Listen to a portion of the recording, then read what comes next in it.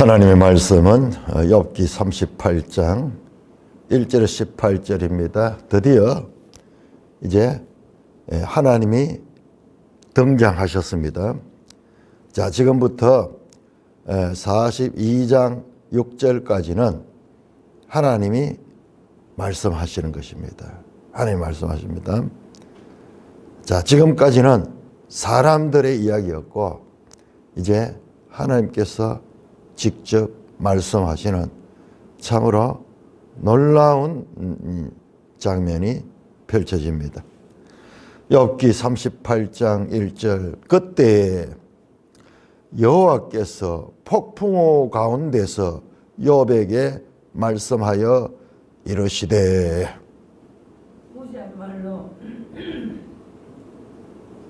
무지한 말로 생각을 어둡게 하는 자가 누구냐? 너는 대장부처럼 허리를 묶고 내가 너에게 묻는 것을 대답할지니라. 내가 땅의 기초를 넣을 때에 내가 어디에 있었느냐? 내가 깨달아 알았거든 말할지니라. 누가 그것의 도량법을 정하였는지, 누가 그 줄을 그 위에 띄었는지 너가 아느냐? 그것의 주추는 무엇 위에 세웠으며 또 모퉁이 돌을 누가 놓았느냐?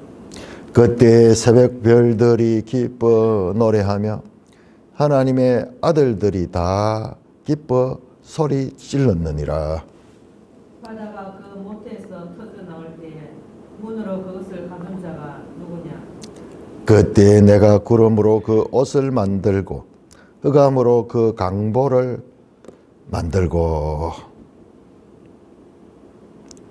한계를 정하여 문 빗장을 지르고 이르기를 너가 여기까지 오고 더 넘어가지 못하리니 네 높은 파도가 여기서 그칠지니라 하였노라. 내가 너희 날에 아침에게 명령하였느냐?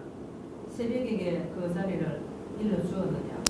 그것으로 땅끝을 붙잡고 악한 자들을 그 땅에서 떨쳐버린 일이 있었느냐? 땅이 변하여 진흙에 묻힌 것 같이 되었고 그들을 꽃같이 나타나되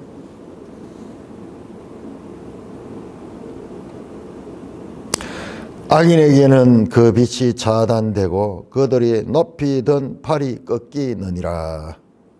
내가 바다의 샘에 들어갔었느냐? 깊은 물 밑으로 걸어다녀 보았느냐? 사망의 문이 너에게 나타났느냐? 사망의 그늘진 문을 너가 보았느냐? 땅의 너비를 너가 청량할 수 있느냐? 너가 이 모든 것들을 다 알거든 말할지니라. 오 하나님 아버지 은혜를 감사합니다. 여기까지 인도하여 주시고 드디어 우리가 하나님을 만날 수 있는 말씀을 통하여 하나님을 만날 수 있는 여기까지 인도하여 주심을 감사를 드립니다. 하나님의 말씀을 잘 듣고 깨닫게 하여 주옵소서. 예수님 이름으로 감사하며 기도드리옵나이다. 아멘. 자, 말씀드렸듯이 38장 1절부터 42장 6절까지는 이제 하나님이 나타나셔서 말씀합니다. 자, 우리 요 37장과 연결을 잘 봐야 됩니다. 지금 하나님 나타나서 누구에게 욥에게 말씀하시거든요. 세 친구들은 지금 또 엘리후는 여기 있는지 없는지, 그리고 하나님이 말씀하시되 마치 이 바울에게 임했을 적에 주위 사람은 못 봤잖아요. 바울은 예수님의 그 빛을 보고 말씀을 들었는데 그러나 주위의 사람들은 그 현장에 있었지만 못 봤잖아요. 뭐 어떤 방식으로 하나님이 욥에게 대상을 욥에게 말씀하십니다. 그래서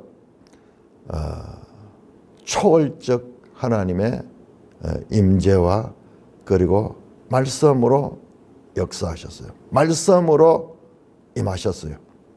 근데 하나님의 모습이 어떤가 이런 거는 욥이 전혀 말하고 있지 않아요. 욥기는 말하고 있죠. 하나님의 말씀.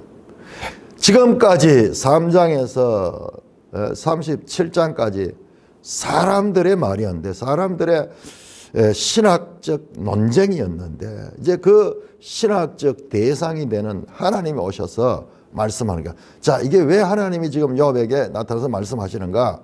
이 개연성을 봐야 됩니다. 자, 37장 보세요. 욥은 계속 하나님과의 대화를 요구했어요. 하나님이 나의 이 상황을 이 친구들과 서로 옳다가라고 평행성을 그리면서 이 하나의 만나지 않는 이 두 개의 논쟁들, 이것을 사람으로서는 해결할 수 없고 하나님 오셔서 판단해 달라고 그렇게 구했습니다. 자, 보세요. 37장 20절에 엘리후가 말합니다. 내가 말하고 싶은 것을 어찌 그에게 고할 수 있으랴. 삼켜지를 바랄 자가 어디 있으라. 욥이 하나님께 자꾸 고한다고 하는데, 그거는 하나님한테 어떻게 고하나? 하나님한테 고하면은 우리가 삼켜져 버린다. 그렇게 생각하지만 욥은 계속 하나님의 변론을 요구했어요. 자, 31장 35절. 31장 그러면은 기억을 해야 됩니다. 32장부터 엘리후가 등장하고 31장은 욥의 마지막 말이고, 욥은 자신이 어렵다는, 자신이 이와 같은 재앙을, 봉의 원리를 따라 이와 같은 재앙을 받을 그런 존재가 아니라는 자기 의의를 드러내는 그와 같은 말씀이었죠. 31장 35절에 욥이 이렇게 말합니다. 누구든지 나의 변명을 들어다오. 나의 서명이 있으니 전능자가 내게 대답하기를 바라라. 전능자 하나님께서 이게 여기에 말씀해 주기를 합니다. 13장에서 말씀했습니다. 욥은 계속 도저히 이 땅의 사람들의 관계에서는 풀어지지 않는 이와 같은 문제를 안고 13장 3절에서 참으로 나는 전능자에게 말씀하려 하며 하나님과 변론하려 하노라. 욥이 그 고난 가운데서 하나님의 말씀을 듣고 하나님이 판결을 내려주기를 원했는데 하나님이 나타나셨어요.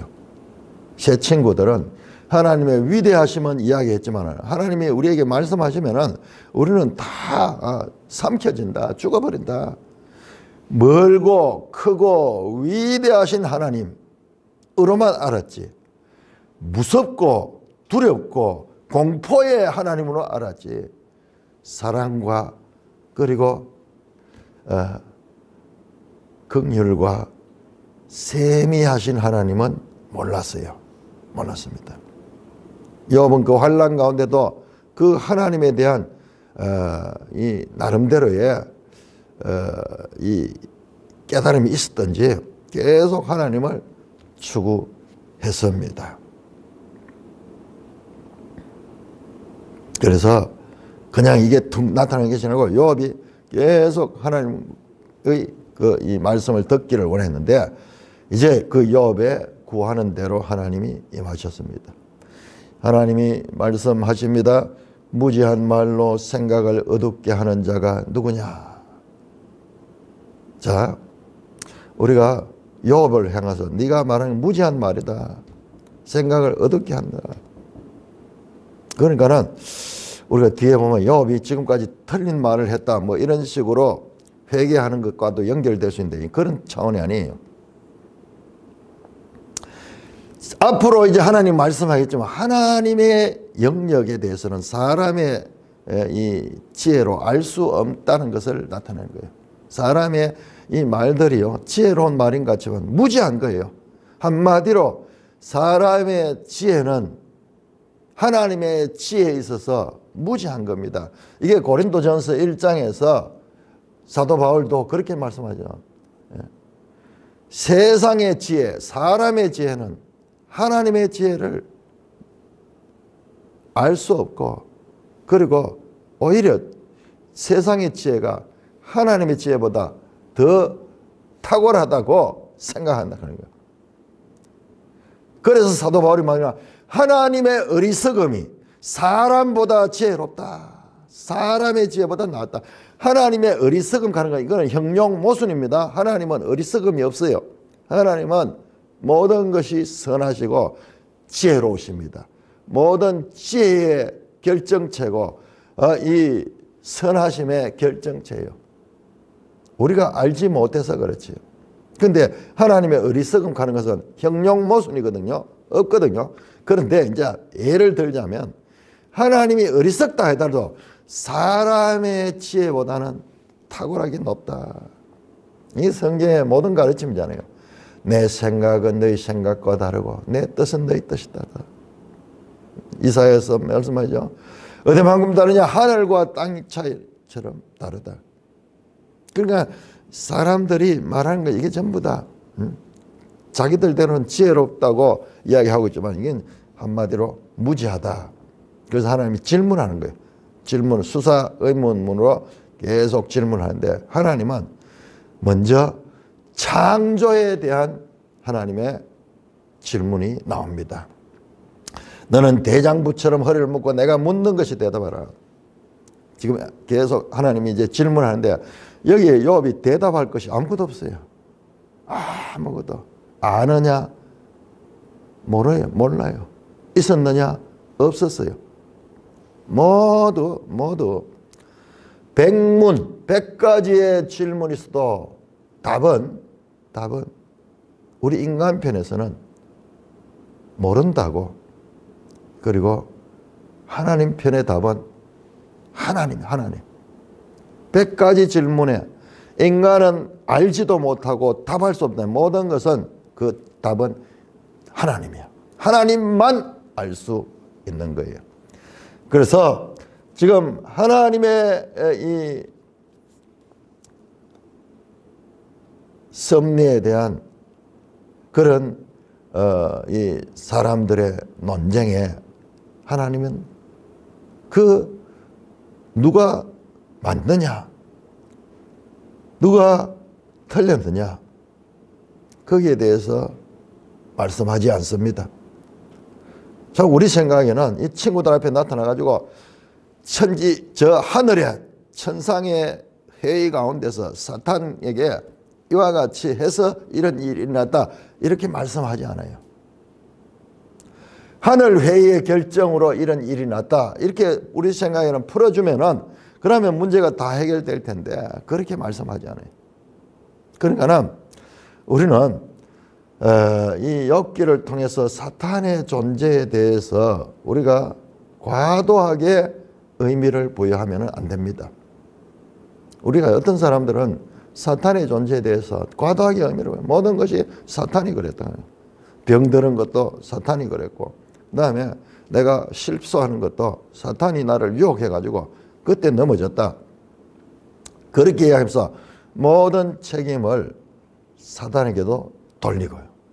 특히 저 기도 많이 한다는 사람 그래서 귀신을 쫓아내야 된다 그러면서 그런 식으로 하는데 하나님은 지금 사탄은 그때 잠시 등장했고 그리고 하나님은 어디에도 사탄이 너를 이렇게 괴롭혔다 하는 말씀을 하지 않습니다. 내가 했다. 내가 하나님이 하셨다 그래. 천상의 회의는 우리가 이해할 수 있는 영역이 아니에요. 우리의 눈높이로 마치 사람이 회의를 하고 저 회사 같으면 큰 그 이사회나 그 지도부에서 결정하고 나머지는 다 실천하는 거예요.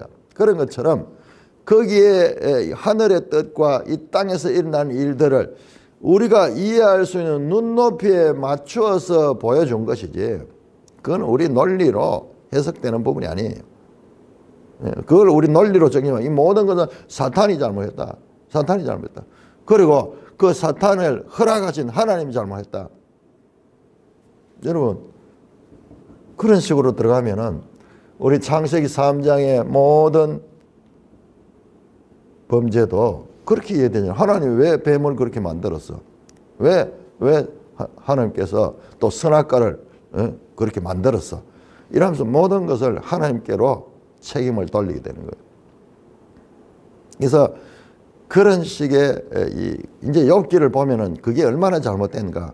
하늘의 뜻과 사람의 생각은 결과적으로 뭐냐 하면 욥기 38장에서 42장 6절까지 하나님 말씀은요. 하나님을 우리 사람은 알 수 없다는 거예요. 니폴라웃, 그의 경이로움, 그의 이 놀라움, 헤아릴 수 없음, 청량할 수 없음, 이해할 수 없음, 신비함, 참 그런 거예요. 지금 오늘 말씀이 이 질문이 전부 그거냐. 우리가 알지 못하는 분야. 알지 못하는 분야. 자, 먼저 4절에서 7절까지는요. 우리의 눈높이에 맞추어서 옛날에 사람이 집을 지을 때 제일 큰 일이, 사람이 하는 일 가운데 제일 큰 일이 고대에는 이런 건축이에요. 건축. 지금도 건축하는 것이 참 대단하죠. 대단하죠. 지금은 무슨 비행기도 만들고 이런 배도 만들고, 원리는 건축 원리죠. 그런데 과거에는 집 짓는 것이 제일 큰 일이에요. 그래서 마치 집을 짓듯이. 자, 하나님의 창조 과정을 이 땅에서 이해할 수 있도록 사람이 집을, 큰 일이죠. 그 집을 짓는 그것에 비추어서 말합니다. 내가 땅에 기초를 놓을 때 네가 어디 있었냐. 땅에 기초를 놓다. 이 지구에다가 하나님이 이 건설을 하는데 그때 네가 어디 있었냐. 아무도 없어서. 이거는 욥에게 질문하지만은 욥만이 아니고 모든 인간을 향하여 질문하는 겁니다. 욥기는요, 고대인뿐만 아니라 현대인 누구에게나 모든 인간을 향하여 질문합니다. 아무도 없었어요. 그 하나님이 창조할 때 존재한 자는 아무도 없었습니다. 인간의 경험으로 알 수 없는 영역입니다. 네가 깨달아 알거든 말할지라. 처음부터 하나님의 창조를 이야기하는 거나 그런 거는 할 말이 없는 유구무원. 네가 그것을 아느냐? 모르죠. 그것의 주추는 무엇 위에 씌었으며 그 모퉁이 돌은 누가 놓았냐? 집을 지을 때 주춧돌을 놓고 모퉁이 돌을 놓고 건축에 비유하죠. 누가 했느냐? 어디에 세웠느냐? 알 수 없죠. 자, 7절입니다. 그때 새벽별들이 기뻐 노래하며 하나님의 아들들이 다 기뻐 소리진다. 자, 이것도 평행법. 자, 전부 이 표현이 시적인 표현한 것을 잊지 말아야 됩니다. 시적인 표현에서는 이 평행법이에요. 우리 노래도 자세히 보니까는 전부 평행법이에요. 우리 이 노래도 보면은 그런 대체로 이 노래들이 평행법을 따라서 가사를 지어요. 자, 새벽별들, 하나님의 아들들 기뻐 노래하며 기뻐 소리 질렀다. 같은 이야기죠. 그러니까 하나님의 아들들이 누구냐 그러면 바로 1장 6절에 나오잖아요. 천사들, 하늘의 천군 천사들. 그리고 새벽별들, 그러니까 새벽별들도 단순한 별을 이야기하는 하늘의 천사와 연관되어 있어요. 이사야 14장에 보면은 루시페르, 아침의 아들 계명성이요. 계명성 하는 게 이게 별이잖아요. 별.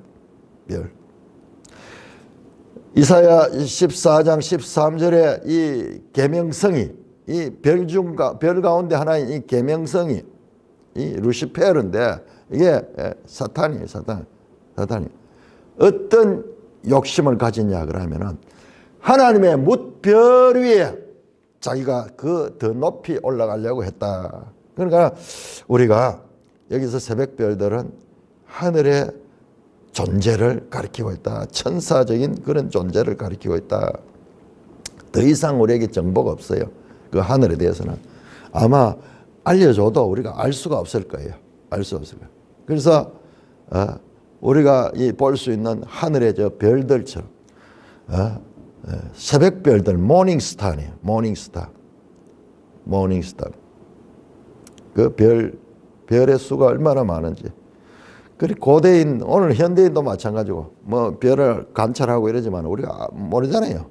그 세계에 대해서는 알 수 없습니다. 하나님이 어마어마한 그 인간의 이해가 도달하지 않는 그런 부분으로 우리를 이끌면서 인간의 무지함과 유한함과 무능하고 한계를 알려주는 거예요. 전부 다가 질문이 끝까지 다 하나님의 크심과 인간의 무지함, 인간의 이해할 수 없는 영역, 인간이 지혜로서는 알 수 없는 영역이 너무나 많구나. 알 수 있는 영역보다 알 수 없는 영역이 몇백 배 더 많구나 하는 것을 깨우쳐주는 장면이에요. 우리가 이 땅에 살아가는데 인간의 지혜가 모든 것을 다 알 수 있는 것 같은 그런 모든 것을 다 만들어가는 것 같고 모든 것이 다 인간의 지혜로 이루는 것 같지만은 그러나 하나님의 질문을 들어보면 인간이 할 수 있는 일은 하나님의 크신 그 능력에 비하면 아무것도 아니다 하는 거예요. 아무것도 아니다. 그것을 우리에게 질문을 통해서 깨우쳐 줍니다. 하나님의 창조를 통하여 말씀하십니다. 그 다음에 이제 하늘을 다음에 이제 바다로 가는 바다가 얼마나 큽니까? 바다. 이 지구상에 바다의 면적이 70%고 육지는 30%밖에 되죠. 정확하게 육지가 29%, 바다가 71%예요. 그러니까 하면 시야 자체가 하늘, 그 다음에 이 지구상의 가장 넓은 영역을 차지하는 바다를 이야기하는 거예요. 이야, 놀랍죠? 하나님은 정말 이 피조물들에 대해서 잘 알고 있네요. 인간이 접할 수 있는 공간 가운데 하늘만큼 큰 것이 없고 그 다음에 바다만큼 큰 것이 없는데 이제 그 바다를 가리키며 말씀합니다. 바다가 그 모태에서 터져 나올 때 문으로 그것을 가자. 자, 하늘을 집을 짓는 데 비유했다면 이제 바다는 뭐냐? 갓난아이가 출생하는 것에 비유를 해서 표현합니다. 바다가 그 모태에서 터져 나올 때 그것을 문으로 그것을 가둔 자가 누구냐? 바다가 나와가지고 막 온 지구를 덮을 텐데 하나님께서 탁 경계를 주셔서 그 문을 닫았어. 그래서 저렇게 바다가 이 지구를 덮지 못하도록 합니다. 그때 내가 구름으로 그 옷을 만들고 흑암으로 그 강보를 만들고 구름으로 흑암으로 옷을 만들고 강보를 만들고 시적인 평행법이죠. 그러니까 강보가 뭐예요? 어린아이를 이렇게 사는 보자기잖아요. 어린아이를 사는 보자기. 그 출생했을 때 아기 받는 그 비유를 통해서 바다를 창조하셨다. 한계를 정하여 문빗장을 지르고 이르기를 네가 여기까지 오고 넘어가지 못하리라. 네 파도가 여기서 그칠지라. 하나님이 그 바다를 말씀으로 명령하니까는 바다가 그 말씀을 듣고 순종하는 거예요. 그래서 파도가 일정 지역까지만 가고 넘어가지 않도록 되는 것은 하나님이 명령하셔서 그럽니다. 자, 얼마 전 10년 전에 동일본에 이 쓰나미가 일어나가지고 그 바다가 그 경계를 넘어가 버린 걸 봤어요. 바다가 그 경계를 넘어왔는데 지금까지 수천 년 동안 바다가 항상 경계를 지켰는데 그때 바다가 경계를 한번 넘었어요. 넘으니까. 그런데 이 오차 범위 안에서 넘었어요. 그런데 만약 그것이 그냥 하나님께서 오차 범위 없이 그냥 넘겼다 그러면 온 일본이 다 물에 잠겼겠죠. 일본 일부 지역에 거기에 물이 잠기는데 야, 우리 그 광경을 텔레비로 봤잖아요. 보니까는 집이고 자동차고 큰 배들이고 뭐가 이런 게 아무것도 아니에요. 장난감처럼 종이배처럼 다 썰어가 버린데 그야말로 혼비백산해버렸죠. 잠깐 바다가 그 하나님의 오차범위 하나님께서 오차범위를 두고 그 파도를 줬는데 그 오차범위 안에서 잠깐 넘어도 혼비백산으로 인간 존재가 얼마나 무능하고 부족한가. 인간이 만들어 놓는 모든 지혜를 동원해서 만드는 원자력도 막 오히려 그게 대재앙을 불러일으키는 이런 이 그것을 우리가 보았잖아요. 지금 이 모든 이 우주의 이 질서가 바로 하나님의 명령으로 지금 지탱되고 있다는 것을 알 수가 있습니다. 12절입니다. 이제 빛에 대해서, 이야, 하늘, 그 다음에 바다, 그 다음에 이 빛에 대해서 말씀합니다. 너가 너의 날에 아침에게 명령하였느냐? 새벽에 그 자리를 일러주었느냐? 이 아침이 있고 이 빛이 있는 낮이 오는 것은 그 네가 그래서 오는 거냐? 그것으로 땅끝을 붙잡고 악한 자를 그 땅에서 떨쳐버리니 있느냐? 자, 이게 시적 표현인데요. 땅끝, 수평선, 우리가 사람이 봤을 때 이 수평선 오고 지평선 오는 그것을 붙잡고 악한 자를 그 땅에서 떨쳐버리느냐? 그 땅끝, 그걸 붙잡고 말이죠. 확 이렇게 떨쳐난 적이 있느냐? 이게 뭐냐 그러면은 아침이 오고 새벽이 오면 빛이 오면은 이 땅에 어둠이 물러나잖아요. 어둠을 여기 악한 자라고 그렇게 표현했어. 그것을 확 몰아내듯이 마치 이 땅끝을 잡고 땅끝을 지배하고 있던 어둠, 밤을 확 털어내듯이 그렇게 한 적이 있느냐. 땅이 변하여 진흙의 인침같이 되었고 그들의 옷같이 나타나대요. 악인에게는 그 빛이 차단하고 그들의 높이던 팔은 꺾이니라. 그래서 이제 빛이 오니까는 이 땅이 쫙 드러나게 되는 거죠. 옷같이. 악인에게는 그 빛이 차단되고 높이던 팔이 꺾이느니라. 그 어두움은 쫓겨나고 그다음에 그는 이 팔이 꺾인다. 그는 힘을 잃어버린다는 그런 뜻이죠. 자, 그 다음에 물 밑으로 들어갑니다. 와, 이것도 하늘, 바다, 그 다음에 빛, 그 다음에 물속. 네가 바다 샘에 들어갔느냐. 앞에서는 그냥 바다를 이야기했고 이제 바다의 근원, 바다의 샘에 들어갔느냐. 깊은 물 밑으로 걸어 다녀 보았느냐. 우리 사람은 아무도 없었죠. 현대에 와서는 그래도 막 잠수함도 만들고 이렇게 해서 해저로 막 탐험을 했지만은 이 당시에는 아무도 없었죠. 그러나 지금 탐험했다 그래도요.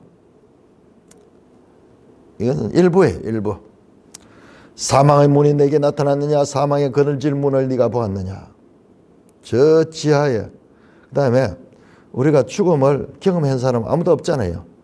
다 죽음을 경험하면은 존재하지 못해. 죽음을 경험한 자는 존재가 없어져 버렸어. 그러니까는 다 죽지만은 그 죽음에 대해서 아무도 모르는 거예요. 죽음이 무엇인가? 사망의 문이 내게 나서 사망의 그러진 문 내게 땅의 너비를 네가 측량할 수 있느냐? 네가 이 모든 것들을 알거든. 네가 이 땅의 넓이를 측량할 수 있느냐? 우리 작은 이런 것들은 측량할 수 있지만 이 하나님은 이 땅 전체를 측량할 수 있나? 현대인들은 이 지구 전체를 계산법에 의해서 측량합니다. 측량하는데 지구 전체 면적이 어디만큼이면 51만 조 제곱미터예요. 51만 조 제곱미터. 모든 것은 하나님만이 알고 사람은 아무도 모릅니다. 하나님 말씀인데 무지한 생각, 인간의 생각은 무지하다. 하나님의 위대하심과 인간의 무지함을 계속 질문을 통해서 깨우쳐 주시고 있습니다. 자, 욥기 38장 19절에서 38절입니다. 욥기 38장 19절. 어느 것이 광명이 있는 곳으로 가는 길이냐? 어느 것이 흑암이 있는 곳으로 가는 길이냐? 그는 그의 지경으로 그를 데려갈 수 있느냐? 그의 집으로 가는 길을 알고 있느냐? 네가 아마도 알리라. 네가 그때 태어났으리니 너의 횟수가 많음이니라. 내가 눈곱 안에 들어갔었느냐? 우박창고를 보았느냐? 네가 환난 때와 교전과 전쟁의 날을 위하여 이것들을 남겨 두었노라.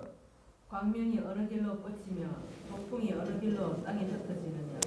누가 누가 홍수를 위하여 물길을 터 주었으며 우레와 번개의 길을 내어 주었느냐? 사람 없는 땅에 사람 황무하고 황폐한 토지를 흡족하게 하여 연한 풀이 돋아나게 하였느냐. 비에게 아비가 어디느냐. 이슬 방울은 누가 남기고 나았느냐. 얼음은 누구의 태에서 났느냐. 공중의 서리는 누가 낳았느냐. 물은 돌같이 굳어지고 깊은 바다에 있으면 얼어붙느냐. 네가 묘성을 메어 묶을 수 있으며 삼성의 띠를 풀 수 있겠느냐. 너는 별자리들을 각각 제때 이끌어낼 수 있으며 북두성을 다른 별에게로 이끌어갈 수 있느냐. 네가 하늘 궤도를 아느냐. 하늘로 하여금 그 법칙을 땅에 베풀게 하겠느냐.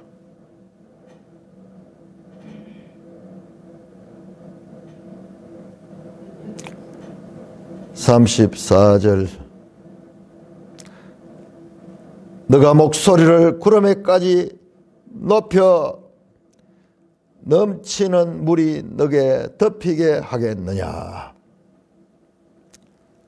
네가 번개를 보내어 가게 하되 번개가 너게 우리가 여기 있나이다 하게 하겠느냐. 가슴 속의 지혜는 누가 준 것이냐. 수탉에게 설미를 준 자가 누구냐. 누가 지혜로 구름을 수를 세겠느냐. 누가 하늘 물주머리를 기울이겠느냐. 티끌이 덩어리를 이루며 덩이가 서로 붙게 하겠느냐. 자, 38장 19절에서 38절은 빛과 어둠의 경로를 정하신 하나님, 그 다음에 비와 눈, 우박의 근원을 만드신 하나님, 우주의 질서를 통제하시는 하나님. 자, 여기에 계속 반복되는 게 누가 강해, 누가.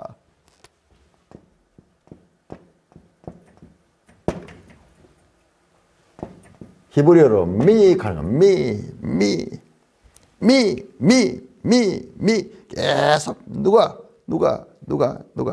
자, 이 말씀을 보니까는 우리 로마서에 사도 바울이 로마서 11장 33절에서 36절에서 그 사도 바울의 지금까지의 이 모든 하나님의 구원의 이 교리, 하나님이 인생을 구원하시는 그런 구원론에 대해서 말씀하시고 뿐만 아니라 이제 유대인과 이방인의 그 구원에 관해서 말씀하신 다음에 11장 마지막에 와서 로마서 1부의 마지막이죠. 마지막에서 깊도다 하나님의 지혜와 지식에 부유하며.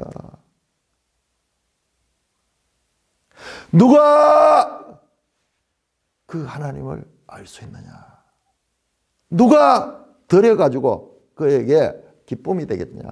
우리 인간이 하나님을 기쁘게 한다는 게 그게 우리 인간한테는 대단하지만 하나님 앞에는 아무것도 아니야.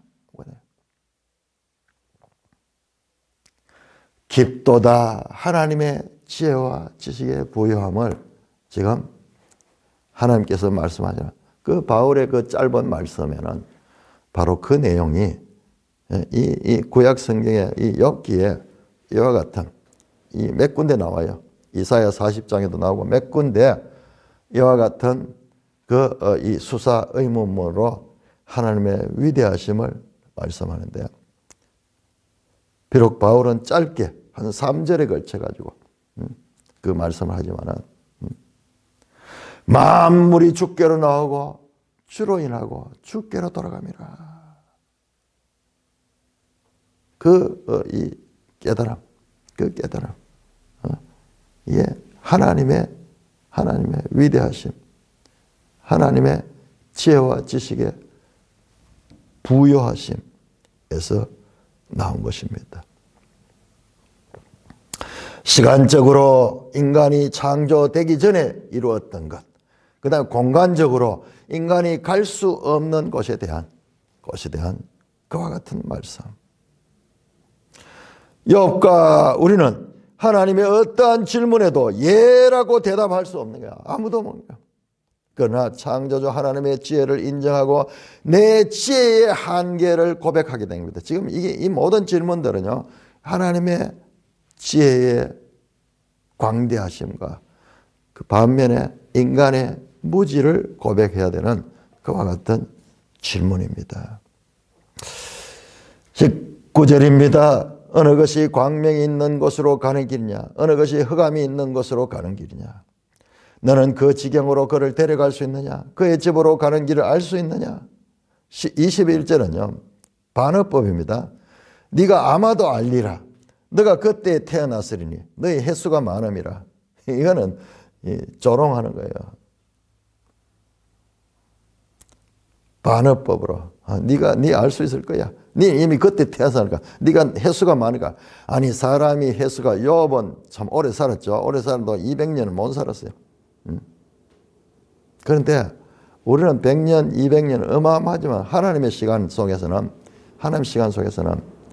1000년이 하루 같고 하루가 1000년 같고, 그리고 전도서에 나오지만은 전도서에서 우리 인생의 평생을 갖다가 하나님의 입김 같은, 내가 지금 말하면은 여기서 입김이 나오는데 이 입김이 잠시 나왔다가 없어지는 저 물에서 올라오는 수증기 같은, 안개 같은, 시간적으로 우리의 시간은 하나님의 영원 속에서 정말 스쳐 지나가는, 불교에서 찰락하는 게 찰락하는 그 엄청나게 짧은 시간, 그런 존재다. 그런데 네가 뭐 200년 살았다 치자. 그런데 네가 그걸 알 수 있느냐? 모르죠. 자, 우리를 하나님의 그 지혜에 광대하신 그것으로 우리를 이끌어 갑니다. 22절이면 네가 눈곡간에 들어갔느냐? 오늘도 보니까 눈이 오는데 하늘에서 어떤 눈곡간에 창고에 저장했다가, 옛날 고대인의 표현이에요. 그래서 그걸 끄잡아내가지고 내려보낸 거야. 우박 창고를 보았느냐? 내가 환난 때 교전과 전쟁의 날을 위해 이것을 남겨뒀다. 광명이 어느 길로 뻗치며 동풍이 어느 길로 갔느냐? 우리가 알지 못하죠. 바람이 와서 어떻게, 해가 빛이 어떻게, 누가 홍수를 위하여 물길을 터주었으며 우리와 번개의 길을 줬냐? 홍수가 확 일어나면 그 홍수가 막 땅을 차고 나면서 길이 막 생기는 거죠. 길이 생기는 거죠. 우리와 번개의 길을 내어주냐? 누가 사람 없는 땅에 사람 없는 광야에 비를 내리며, 사람이 없는 영역, 사람 없는 땅에 사람 없는 광야에도 하나님이 비를 내리고 거기에도 하나님이 역사를 하신다.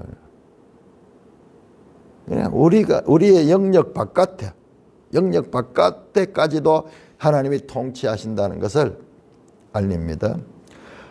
27절 황무하고 황폐한 토지를 흡족하게 하여 연한 풀이 돌아가냐. 그 황폐한 곳에도 풀이 나고, 이렇게 우리가 모르는 사람의 이해가 미치지 않는 곳에도 하나님은 동일하게 일하신다는 것. 비에게 아비가 있느냐? 이슬방울을 누가 낳았느냐? 얼음은 누구에게서 태어났으며 공중의 서리는 누가 낳았느냐? 물은 돌같이 굳어져 깊은 바다의 수면을 얻어버린다. 누가 했느냐? 모르겠습니다. 우리는 모르겠습니다. 자, 그 다음에 하늘의 별들 이야기입니다. 31절 네가 묘성을 메어 묶을 수 있으며, 묘성 하는 건 플레이아레스 하는 건데, 이 북두칠성이 이렇게 매여 있는 거지. 항상 돌아도 그 모양, 우리 옛날에 그걸 뭐 똥바가지라 그랬는데 그 모양을 유지하고 있잖아요. 참 우리는 어릴 적에 이 하늘의 별을 볼 수 있는 기회가 많았어. 그냥 뭐 집에 뭐 별 게 없으니까는 여름이 되면은 우리는 그 밖에서 많이 잤거든요. 밖에 자면 어린애들 모여가지고 막 이야기도 많이 하고, 누워 있으면 하늘에 별이 보이지. 그 북두칠성 그거 알아. 삼성의 띠를 믿. 산성은 뭐냐? 삼성은 우리가 삼성그룹이 여기서 이름을 따온 삼성. 오리온 성자. 세 개의 별이 일직선으로 탁 있어요. 삼성. 너는 별자리들을 제때 이끌어낸다. 북두성을 다른 별들에서 이끌어갈 수 있는 북두성 가는 것은, 이거는 큰 곰자리야. 큰 곰자리. 하늘의 별에 대한. 그러니까 욥기의 저자는요. 엄청난 지혜자예요. 그 지식이 방대한 지혜를 가지고 있어요. 물론 하나님의 계시를 통해서 아는 것이겠지만은 우리 봤잖아요. 28장에 지하경도에 보석해내는 그 과정을 설명하는 것도 얼마나 자세하게 알고 있어요.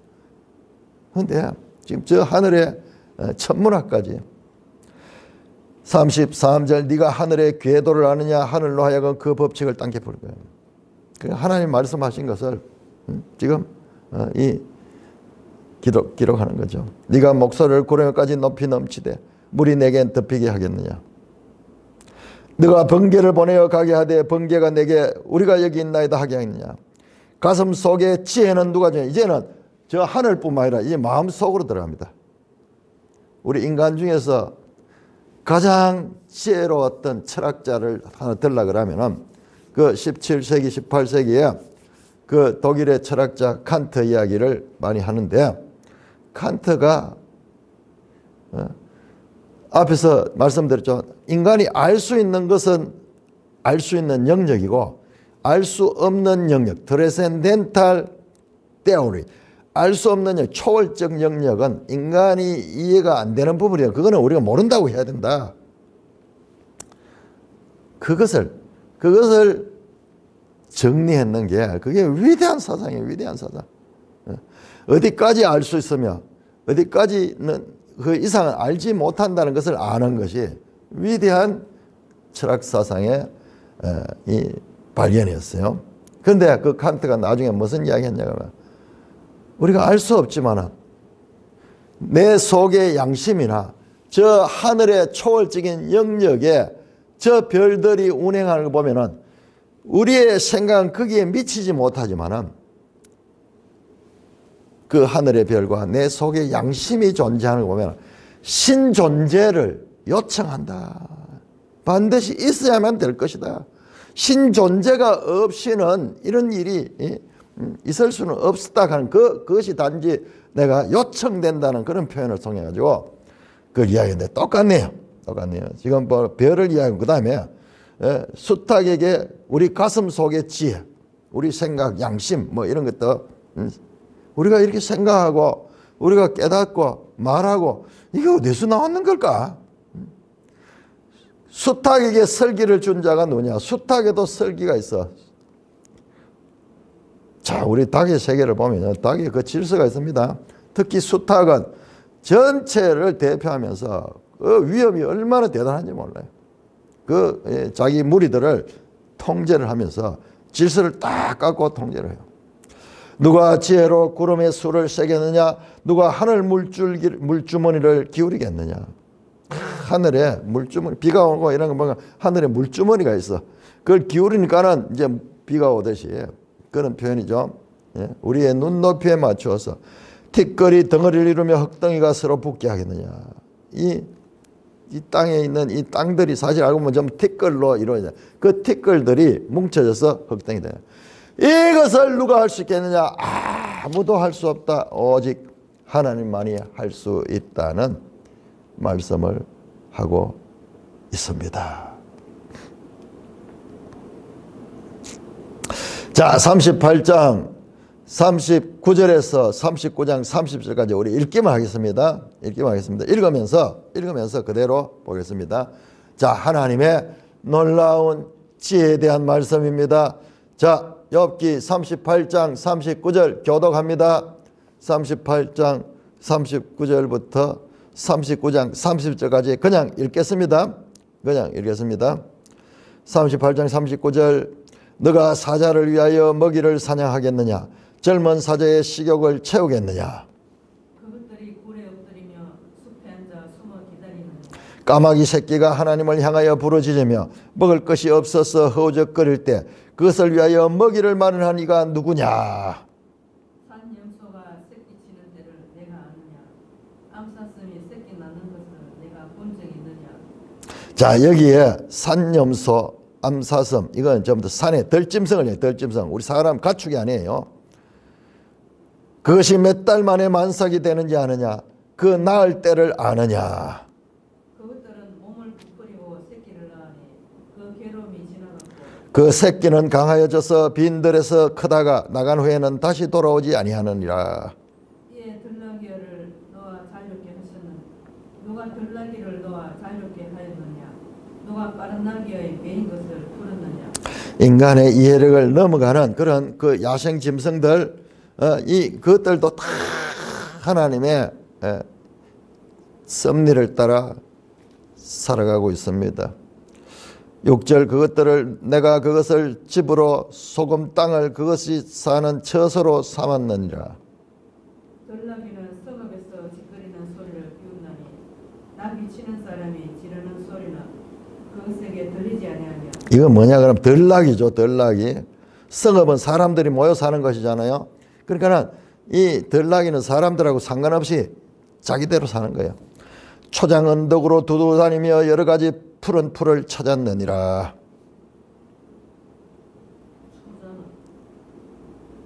초장 언덕으로 두루다니며 여러 가지 푸른 풀을 찾았노라. 들소가 어찌 기꺼이 그를 너를 위하여 일하겠으며 내 외양간에 머무르느냐. 자, 집에 있는 소는 이제 외양간에 있잖아요. 그 들소는 사람의 손이 닿지 않는 그런 야생. 네가 능히 줄로 매어 들소가 일항을 갈게 하겠느냐? 그것이 어찌 골짜기에서 너를 따라 쓰레를 끌겠느냐? 그것이 힘이 세다고 내가 그것을 의지하겠느냐? 내 수고를 그것에게 맡기겠느냐? 그것이 네 곡식을 집으로 실어오며 네 타작마당에 곡식 모으기를 그것에게 의탁하겠느냐? 타자는 즐거이 날개를 치나 학의 깃털과 날개 같겠느냐? 자, 이게 전부 다 나온 게 야생 짐승들이에요. 들짐승들. 사람 가축하고 구별되는 거예요. 가축들은 사람이 길들여가 살지만 그러나 가축은 일부죠. 나머지는 사람이 길들일 수 없어요. 자, 그런 사람의 이해와 사람의 손이 미치지 않는 야생들도 하나님께서 다 창조하셨고 그 주관하시고 계신다는 말씀입니다. 13절 타조는 즐거이 날개를 치나 학의 깃털과 날개 같겠느냐. 그것이 알을 땅에 버려두어 흙에서 넣어지게 하고. 자, 타조도 날개가 있죠. 날개가 있는데 학의 깃털과 학은 하늘을 훌훌 날아다니면 타조는 못 날아다니고 땅에 막 뛰다니잖아요. 비교하는 거죠. 그것이 알을 땅에도 흙에 들어. 그건 타조는 땅을 낳아가지고 알을 낳아 품지도 않는 모양이야. 그냥 버려버린 거야. 15절 발에 깨어질 것이나 들짐승에 밝힐 것을 생각하지 아니하고 그 새끼에게 모질게 대함이 내 새끼가 아닌 것처럼 하며 그 고생한 것이 헛되게 될지라도 두려워하지 아니하느니. 타조는 그 다른 짐승들은 자기 새끼들을 끔찍하게 보호하는데 이거는 그냥 알 낳아 버리고 버려버리는 모양이에요. 자, 왜 그렇게 딴 짐승들과 달리 알을 보호도 안 하고 이렇게 버리는가? 17절 이는 하나님이 지혜를 베풀지 아니하셨고 총명을 주지 않습니다. 하나님이 그렇게 만들었다는 거예요. 그러나 그것이 몸을 떨쳐 뛰어갈 때에는 말과 그 위에 탄 자를 우습게 여기느니라. 타조가 그렇지만은 그러나 달릴 때는 말보다 더 빨리 달린다는 거예요. 19절 말의 힘을 너가 주었느냐? 그 목에 흩날리는 갈기를 네가 입혔느냐? 내가 그것으로 메뚜기처럼 뛰었느냐? 그 위험스러운 콧소리가 두려우니라. 힝 하면서 말이 막 팍 달리죠. 그것이 골짜기에서 발굽질하고 힘이 있음을 기뻐하며 앞으로 나아가서 군사들을 맞대. 두려움을 모르고 겁내지 아니하며 칼을 피할지라도 물러나지 아니하며. 전쟁에서 말이 막 말 타고 기병대가 나가 싸우는 그 이야기를 한 거예요.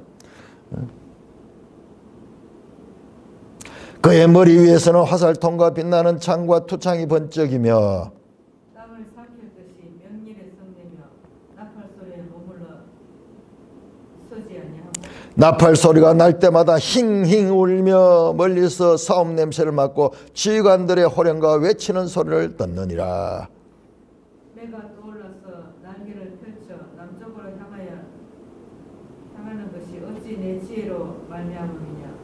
야생 동물 가운데 말 같은 거는 막 길들여 가지고 그 전쟁할 때 막 쓰고 마치 용맹스럽게 싸우잖아요.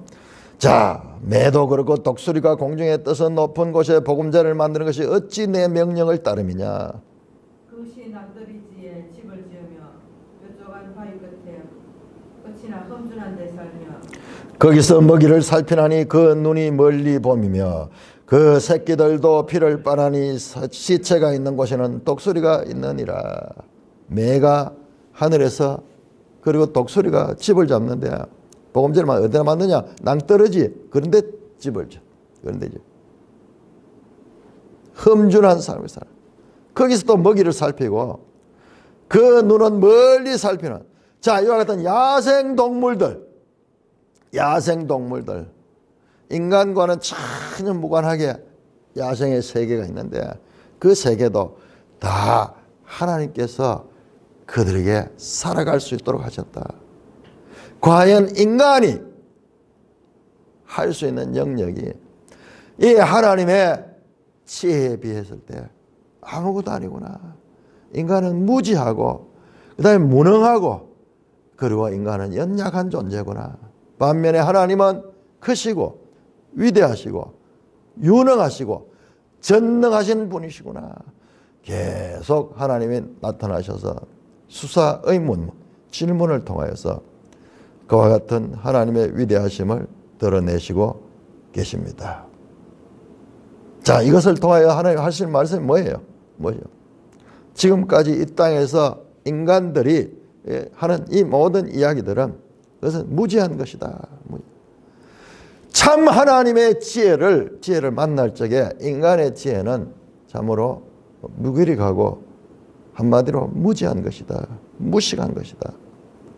그러므로 이제 우리의 눈을 들어 하나님의 위대하심, 하나님의 지혜로우심으로 우리를 이끌고 인간의 한계를 보게 하고 하나님의 초월적인 영역으로 향하게 하는 깨우침을 주시고 있습니다.